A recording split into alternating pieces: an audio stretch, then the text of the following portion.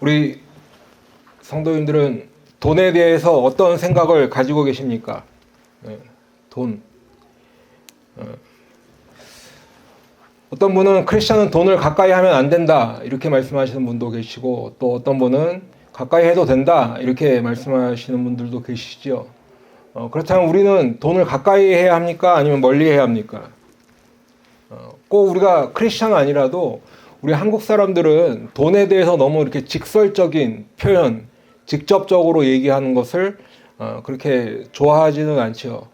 요즘에야 뭐 이렇게 직장을 구하고 할 때 원하는 희망 급여 같은 거를 이렇게 물어보기도 하고 또 내가 요구하기도 하고 하지만, 제가 예전에 기억했던 것으로는 이렇게 내가 얼마 원합니다 물어봐도, 얼마밖에 원해요 물어봐도 이렇게 대답하기를 그렇게 주저했던 그런 기억들이 있어요. 회사에서 얼마 책정해 놓으면 그냥 그 안에서 이렇게 받으면서 살아갔다는 얘기입니다.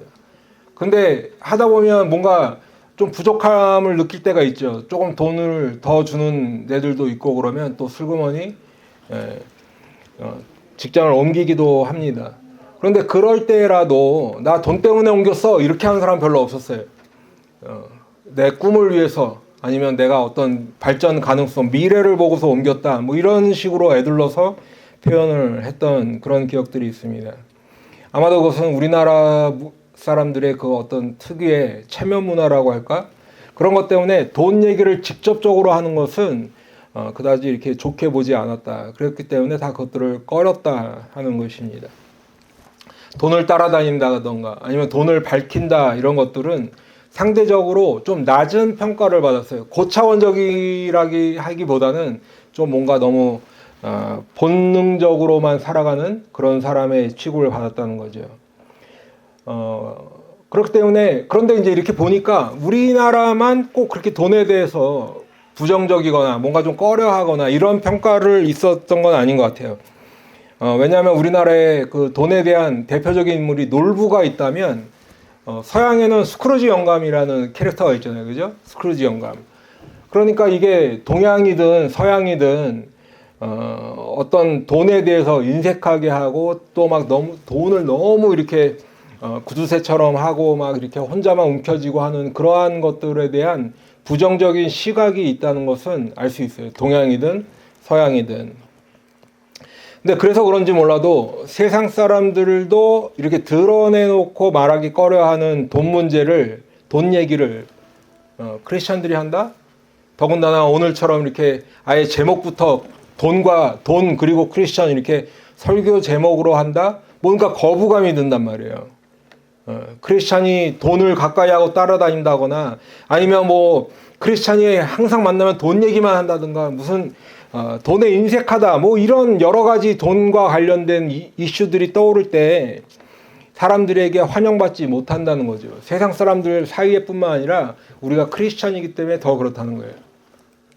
그렇기 때문에 세상 사람들은 자신들의 문제는 차치하고라도 우리들을 대할 때, 우리 크리스찬들을 대할 때, 믿는 사람들을 대할 때 돈과 연결지어서 하는 문제는 훨씬 더 이렇게 날카롭게 판단하고 비판하고 하는 것들을 볼 수 있습니다.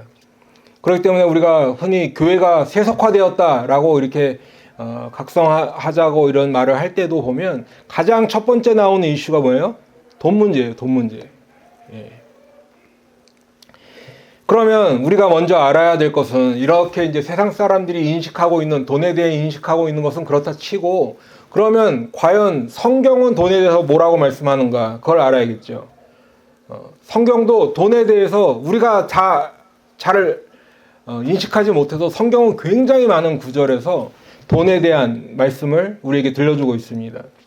그런데 성경에서 말씀하는, 언급하는 이 돈 문제는 대체적으로 노출한 상태에서 있는, 그냥 돈에 대한 평가를 이렇게 평가가 아니라 언급을 하든지, 그렇지 않으면 뭔가 좀 부정적인 표현을 많이 쓰는 걸 볼 수 있죠. 그러니까 예를 들면 돈을 사랑하지 말고 있는 바를 족한 줄로 알아. 예, 그런 히브리서 말씀이나 아니면 돈을 사랑함이 일만 악의 뿌리가 되나니 라는 것 같이 디모데전서 6장 말씀처럼 그렇게 돈에 대해서 우리에게 어떤 경고성에 또는 부정적인 면에 그런 말씀들을 많이 들려주고 있다는 거예요. 그런데 그뿐만 아니라 우리 주님은 돈에 대해서 훨씬 더 좀 더 심각한 말씀을 우리에게 들려주고 있습니다.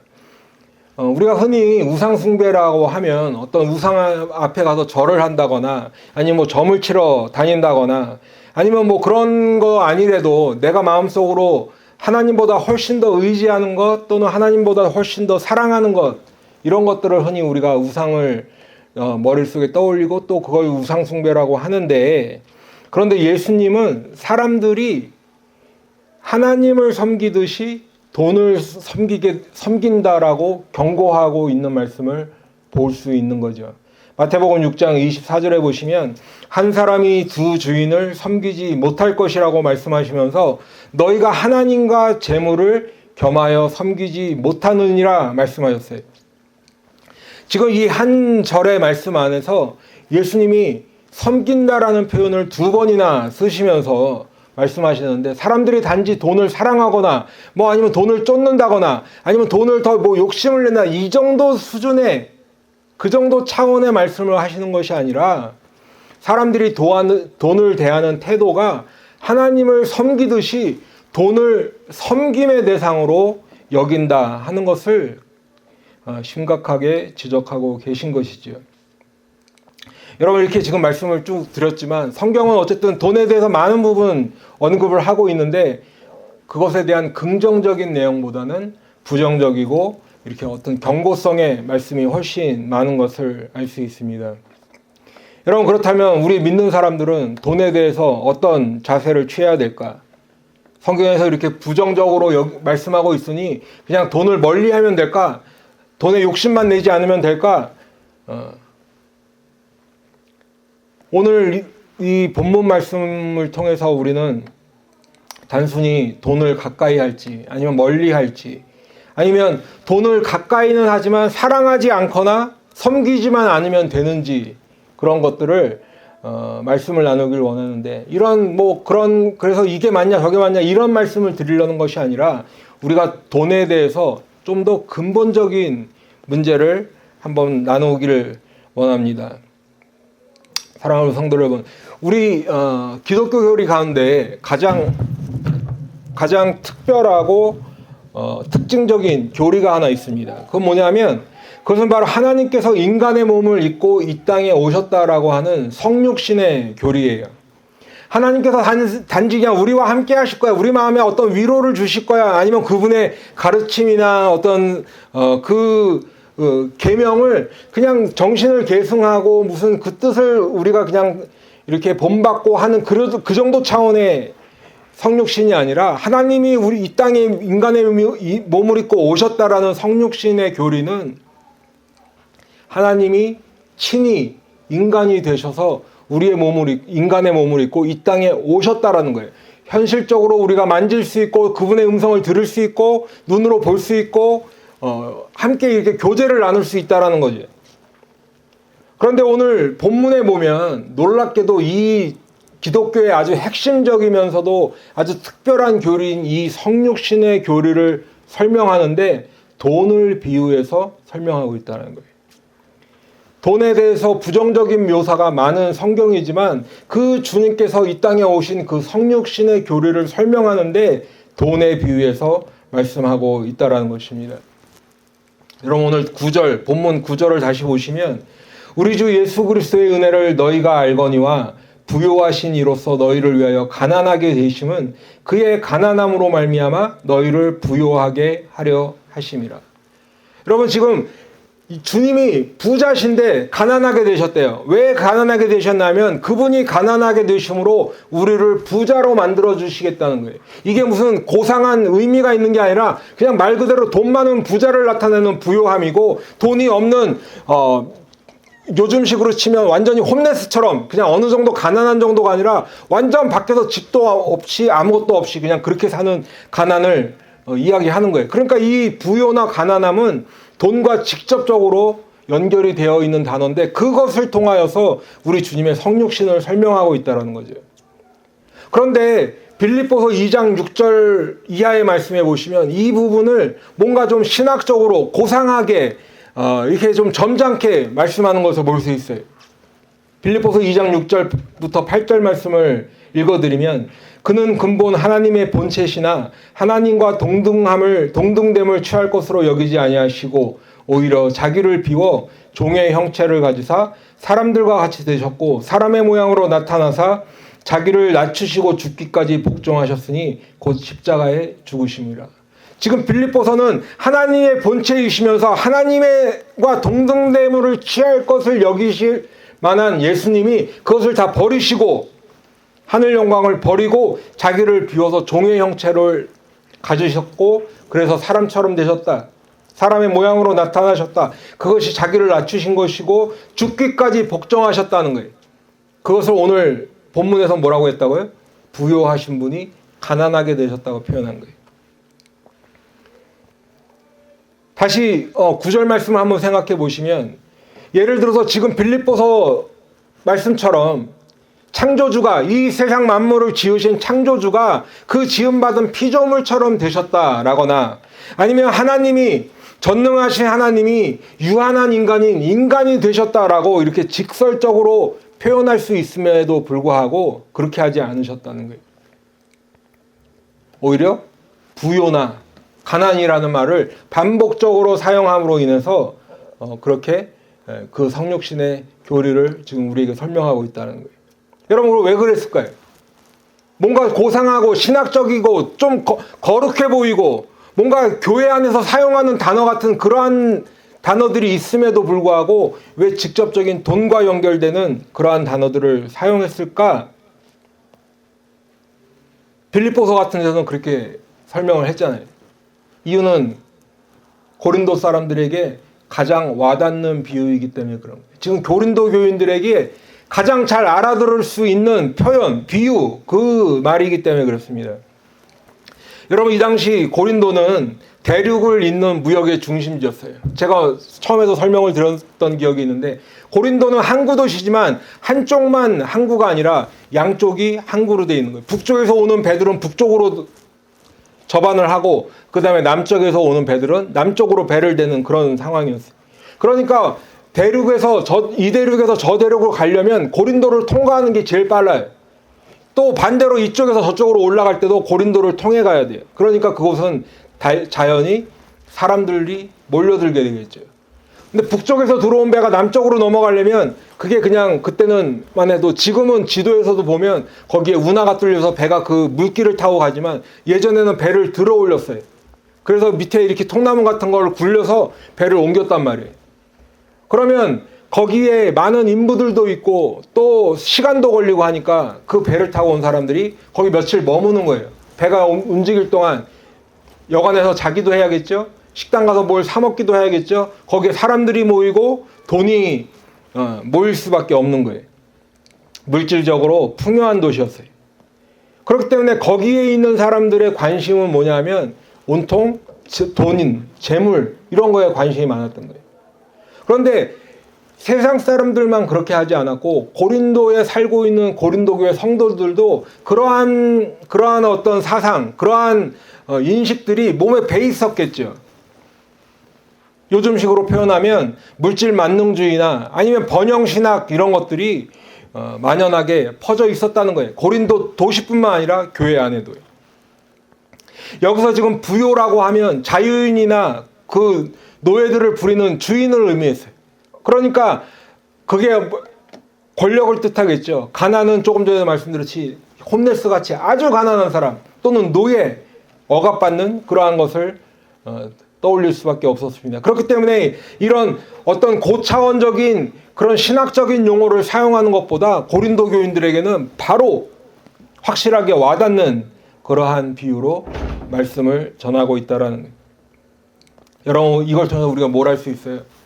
우리가요 아무리 영적인 것을 추구해도 우리가 아무리 하늘나라를 소망하면서 살아가더라도 그것을 온전히 이루는 그 근원은 어디냐? 바로 이 땅에서 우리가 육신의 몸을 입고 있을 때 그때 이루어지기 때문입니다.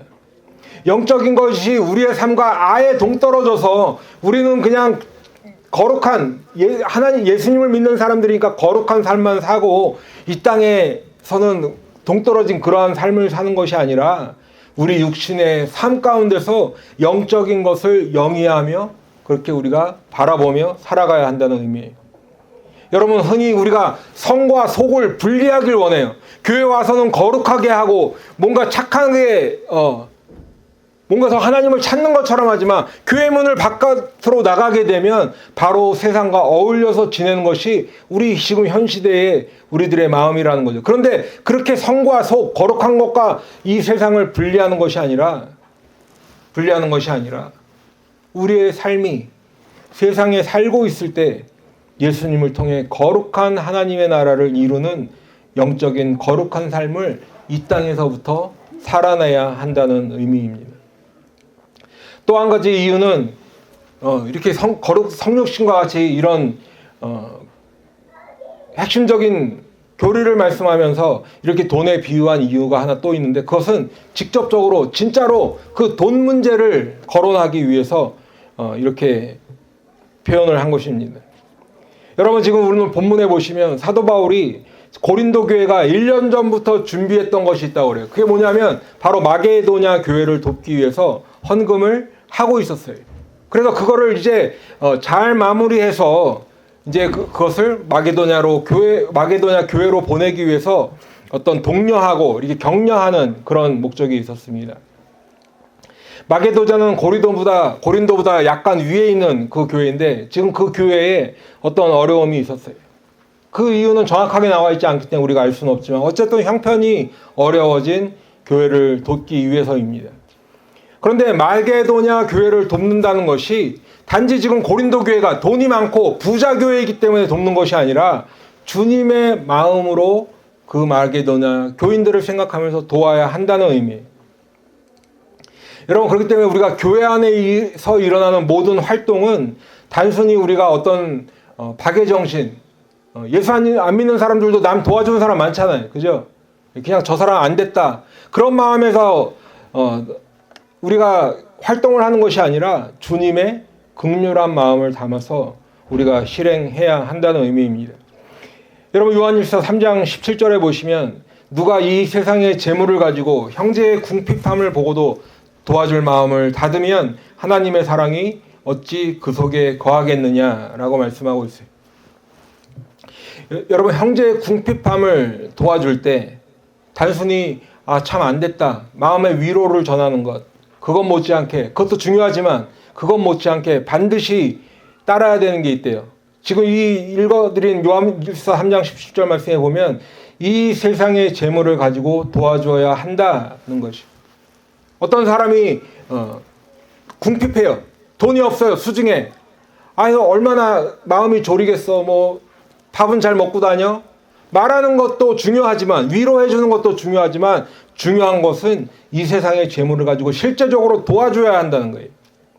그런데 그때 그 도와주는 마음이 단순히 그 사람이 그냥 돈이 없기 때문에 어떤 동정하는 마음으로 동정심을 베풀려고 하는 게 아니라 그 마음의 기본이 뭐가 되어야 된다는 거예요? 하나님의 사랑을 나누는 마음이 되어야 된다는 거예요. 그리고 그 하나님의 사랑의 마음을 나눌 때 비로소 우리가 형제가 된다는 거죠. 그렇기 때문에 형제의 궁핍함이라고 성경에서 표현하고 있는 거예요.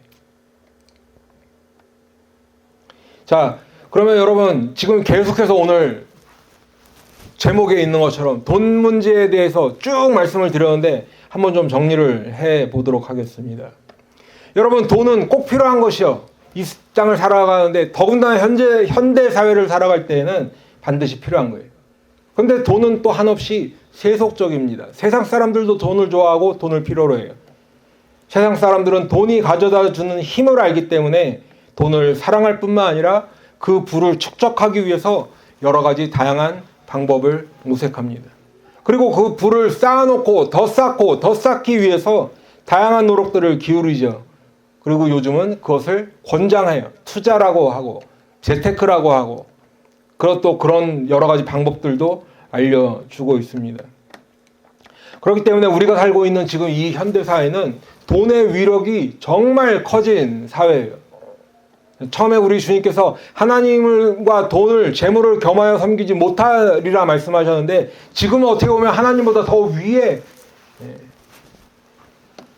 재물의 위력이 돈의 위력이 그렇게 커진 시대를 우리가 살고 있다는 거예요. 여러분 돈이 곧 사회적 신분이죠. 돈이 곧 사회적 권력이에요.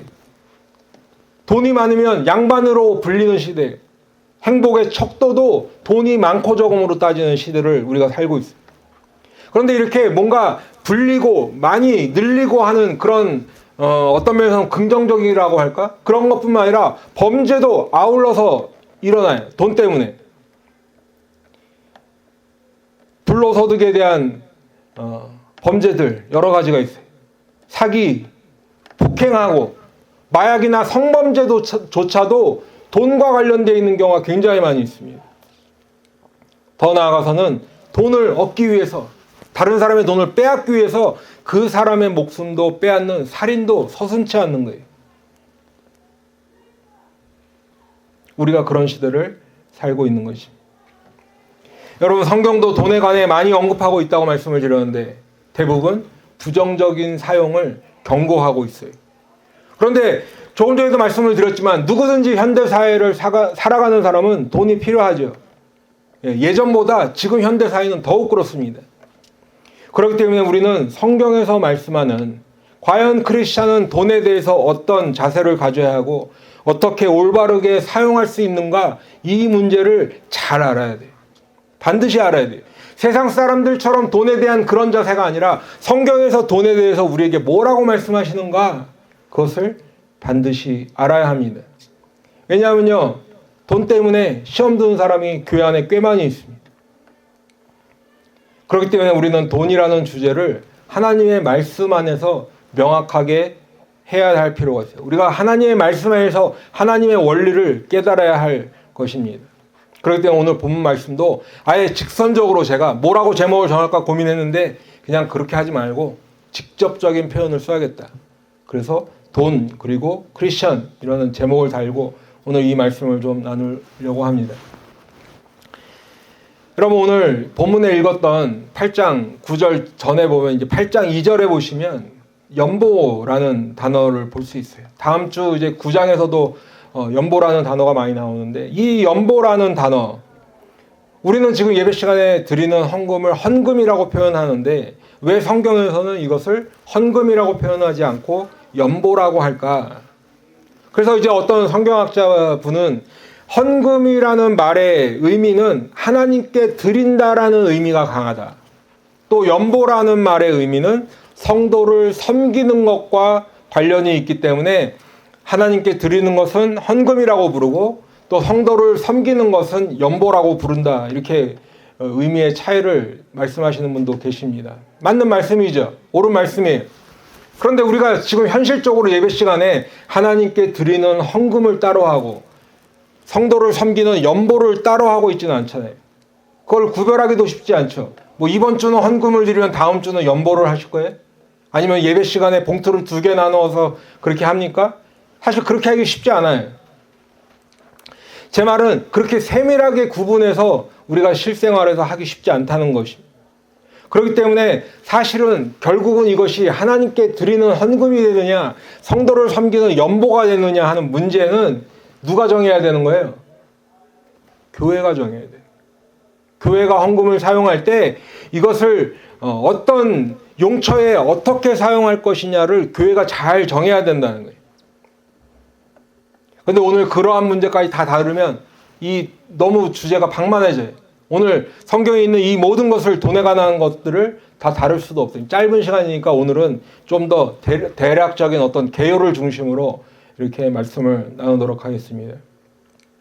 여러분 그러면 우리가 이게 헌금이냐 연보냐 이것을 따지기 전에 그것보다 훨씬 중요한 것이 있는데 그게 뭐냐면 우리가 헌금이 됐던 연보를 드리던 우리가 드리는 자세가 중요해요.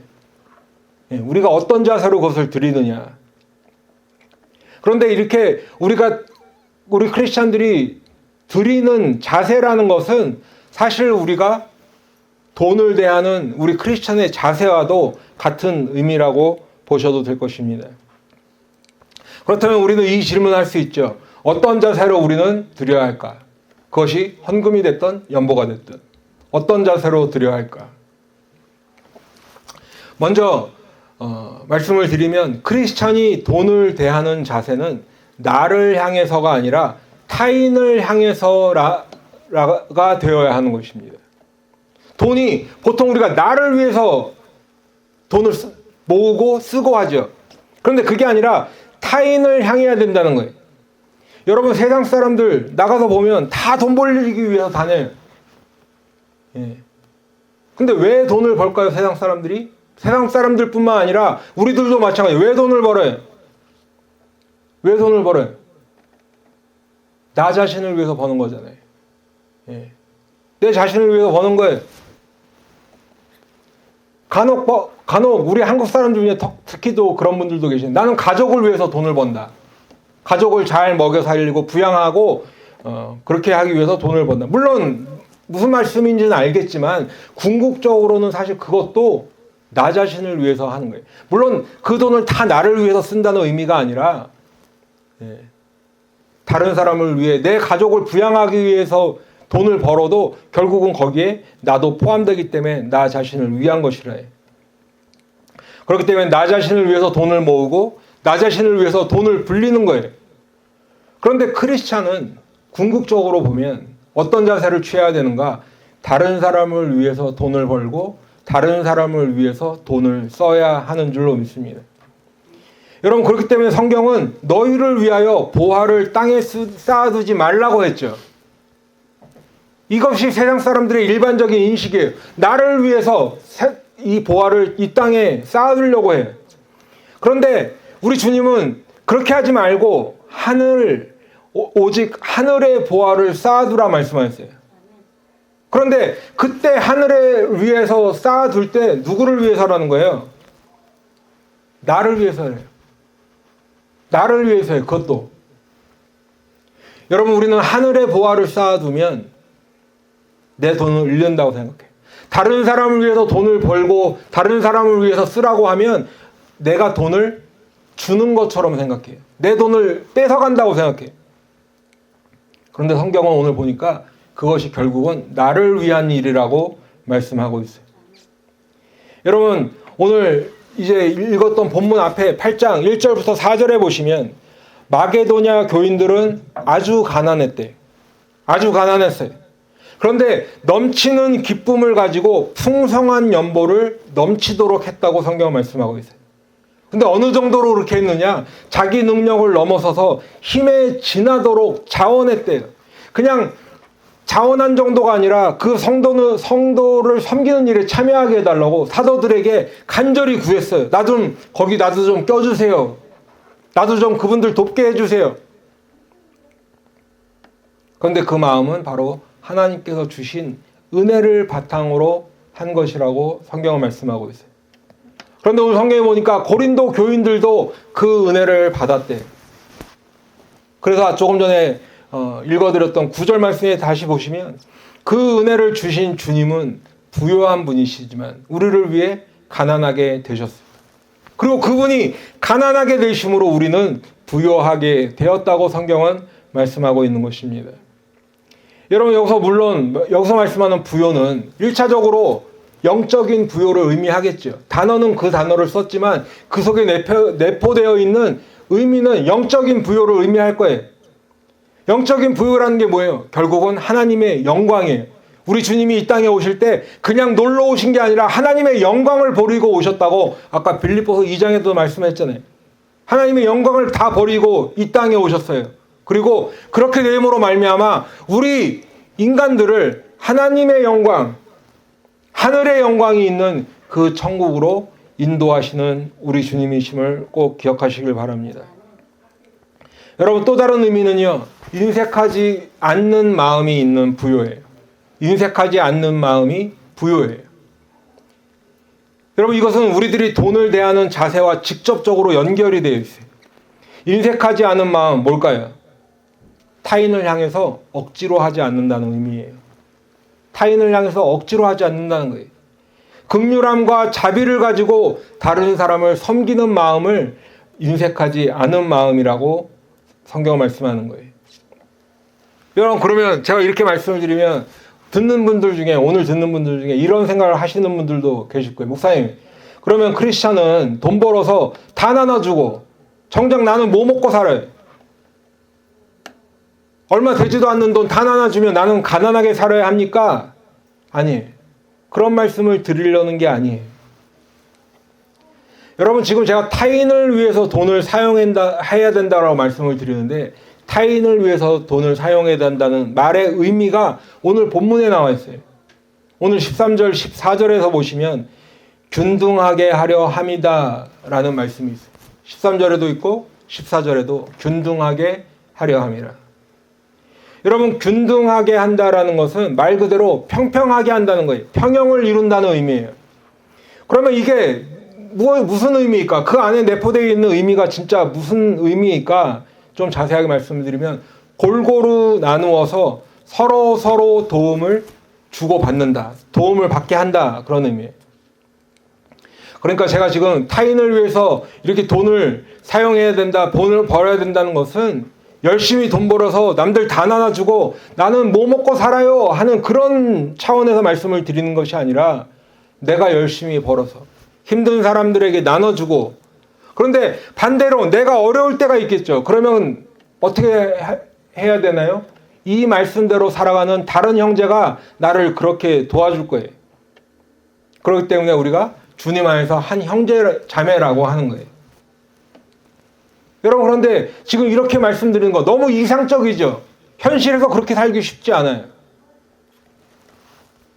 그러면 오늘 우리들이라도 그렇게 살고 있나요? 아니요, 그렇지 않아요. 그렇게 사는 사람보다는 못 사는 사람이 훨씬 더 많아요. 그렇게 살지 못하는 사람들이. 여러분, 그런데 지금 이 원리는 우리 크리스찬 개인들만 그렇게 살지 못하는 것뿐만 아니라 교회도 그렇게 하지 못하고 있어요. 정말 제가 목회자로서 안타까운 마음에 이런 말씀을 드려요. 누구 지금 비판하려거나 어떤 특정 교회를 얘기해서 하는 것이 아니라 지금 우리 교회들이 처한 현실이 그렇다는 거예요. 조금만 모이면 헌금 얼마 걷는 거 자랑하죠. 자랑만 할 줄 알지 그 헌금 모아서 균등하게 하라는 말씀대로 사용하지 못하고 있어요. 오히려 더 쌓아두는 거 신경 많이 씁니다.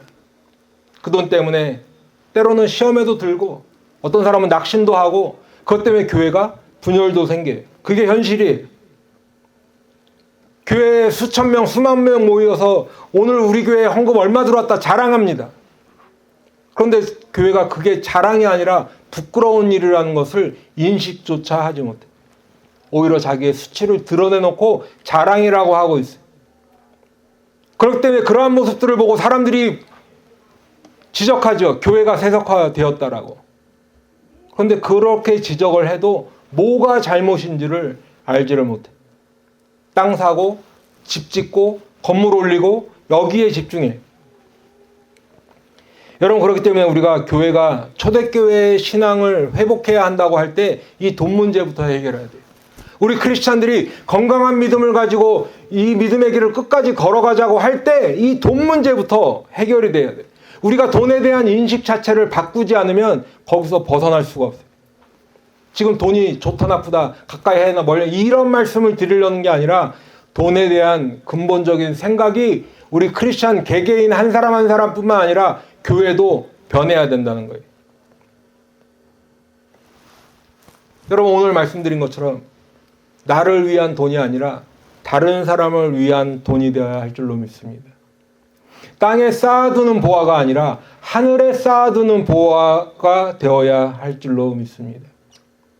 여러분, 우리는 다 주님의 은혜를 받았는데 주님의 은혜로 말미암는 그 부요한 마음을 가지고 다른 성도를 섬기는 그 일에 사용해야 할 줄로 믿습니다. 그 이유를 성경에서 지금 뭐라고 얘기해요? 균등하게 하려 함이라. 균등하게 하기 위해서 우리가 그렇게 사용해야 된다는 거예요. 여러분, 그러면 이 균등하게 한다는 것은 사도 바울이 어느 날 고린도 교회 상을 보니까 이거 이래서 안 되겠네. 그냥 자기가 이렇게 그게 아니에요. 이 원리는 사실은 구약 출애굽기 때부터 하나님께서 우리에게 알려주신 원리예요. 오늘 15절에 보니까 기록된 것 같이 이렇게 이야기하고 있어요. 기록되었대요. 그 전에 이미 있었다는 거죠. 어디에 있었어요? 구약 성경이에요. 기록된 것 같이 많이 거둔 자도 남지 아니하였고 적게 거둔 자도 모자라지 아니하였느니라. 이것이 오늘 균등하게 하려 함이다라는 그 말씀의 원리인 것이. 그러면 지금 읽어드린 이 오늘 본문 15절의 이 말씀은 어디서 온 말씀인가? 출애굽기 16장에서 온 말씀이에요. 출애굽기 16장 18절에 있는 말씀이에요. 여러분, 우리 다 아시는 대로 하나님께서 이스라엘 백성들을 애굽에서 구해내셨어요. 그리고 홍해를 건너게 하셨어요. 그리고 광야로 들어갔는데 먹을 게 있어요? 없지요. 그 애굽에서 나올 때 싸운 좀 약간의 식량들이 있었지만 금세 그건 떨어지게 돼 있어요. 그렇기 때문에 하나님께서 그 광야 생활을 시작할 때 만나를 주셨어요. 만나는 아침마다, 매일 아침마다 거둬야 되는 양식이에요. 매일의 양식이에요. 그렇기 때문에 이스라엘 백성들은 매일 아침에 나가서 그저 그날 먹을 양식을 거두기만 하면 됐어요. 다음 날을 위해서 다음날 나 몸이 좀 귀찮거나 아니면 그냥 귀찮으니까 한 2, 3일어치를 더 해야 되겠다. 아니에요. 그냥 매일 아침 나가서 그날 먹을 양식을 거두면 됐습니다. 그렇기 때문에 하나님께서 명령하셨는데 각 사람은 먹을 만큼만 거두라 명령하셨어요. 그래서 백성들은 매일 아침 나가서 만나를 거두었는데 특별히 안식일 전날만 이틀치를 거두면 됐어요. 그 외에 나머지 날들은 그날 먹을 거 그날 구하는 거예요. 걷는 거예요. 여러분, 그런데 이상한 일이 일어났습니다. 매일 아침 거둔 만나의 양이 사람마다 차이가 나 있어요. 자기가 먹을 만큼 거두라니까 많이 먹는 사람은 좀 많이 거뒀겠죠. 적게 먹는 사람은 조금 거뒀을지도 몰라요. 그런데 많이 거둔 사람도 남지 아니하였고 적게 거둔 사람도 부족하지 않았다라고 성경 말씀하고 있어요. 그리고 이 출애굽기에서 있었던 이 만나를 거둘 때 이 원리를 오늘 고린도후서에서는 균등하게 하려 함이다라는 말로 우리에게 들려주고 있는 것이. 지금 연보에 대한 원리, 헌금에 대한 원리, 아니면 돈에 대한 원리가 사실은 크리스찬이 가지고 있는 원리가 오늘 사도 바울이 고린도 교회의 편지를 보내면서 새롭게 생긴 원리가 아니라 예전에 하나님께서 만나를 통해서 이스라엘 백성들을 먹이셨던, 공급하셨던 그 원리에서 비롯되었다고 성경은 말씀하고 있는 것입니다. 사랑하는 성도 여러분, 오늘 돈에 관한 말씀을 좀 직접적으로 들었어요. 제목부터 돈 그리고 크리스천이라고 이렇게 정해봤는데 이 말씀이 오늘 우리 성도들에게 어떻게 전달되었는지 모르겠습니다. 그런데 여러분, 분명한 것은 누구보다 우리 크리스찬들은 성경의 원리를 따라서 돈을 접해야 한다는 사실이에요. 돈을 대할 때 세상 사람들처럼 그러한 관점으로, 그러한 자세로, 그러한 원리로 하면 안 되고 우리는 성경에서 말씀하는 그 원리로, 하나님께서 우리에게 들려주시는 그 자세로 우리가 돈을 대해야 한다는 것입니다. 여러분, 돈은 굉장히 세속적이죠.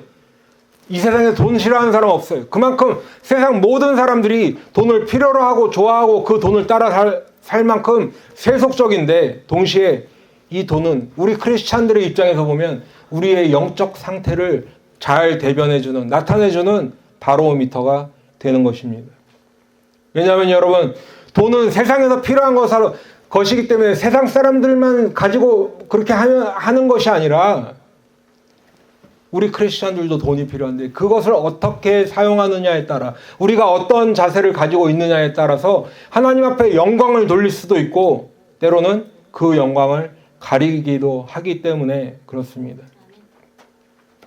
여러분, 우리 교회가 되었든 아니면 내 개인, 크리스찬 개인이 되었든 간에 돈 때문에 문제가 생기면요, 결국은 영혼의 데미지를 입어요. 돈 때문에 생긴 영혼의 영적인 데미지는 쉽게 극복하기도 힘들어요. 그러니까 돈을 그냥 세속적인 거, 세상 사람들이나 좋아하는 거 이렇게 치부하면 안 되고 우리가 그 안에서 성경에서 말하는 원리를 잘 깨달아서 성경대로 그것을 사용하면서 살아야 된다는 거예요. 영적인 데미지를 가져오기 때문에 그렇습니다. 여러분, 요즘 현대사회에서는 돈을 힘이라고 부른다고 그랬죠. 그렇기 때문에 경제력, 힘 이렇게 부르고 있어요. 그런데 우리는 그렇게 부르지 않았으면 좋겠습니다.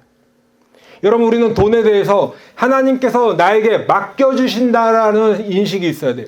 하나님께서 나에게 분량만큼, 어떤 맡겨주신 만큼 부요한 마음을 가지고 주위에 있는 다른 형제 자매들을 돌아봐야 돼요. 그래서 그 형제 자매를 섬기며 사는 것이 좋겠습니다.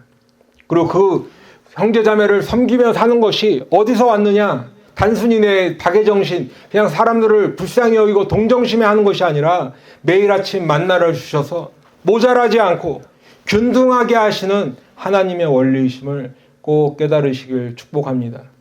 그래서 이제는 우리는 주님 안에서 섬기는 마음으로 하나님을 섬기고 하늘의 보화를 쌓고 그 다음에 내 주위에 있는 형제 자매를 섬기는 마음, 그 마음으로 부요하게 살아가시는 우리 성도님 되시기를 예수님의 이름으로 축복합니다. 기도하겠습니다.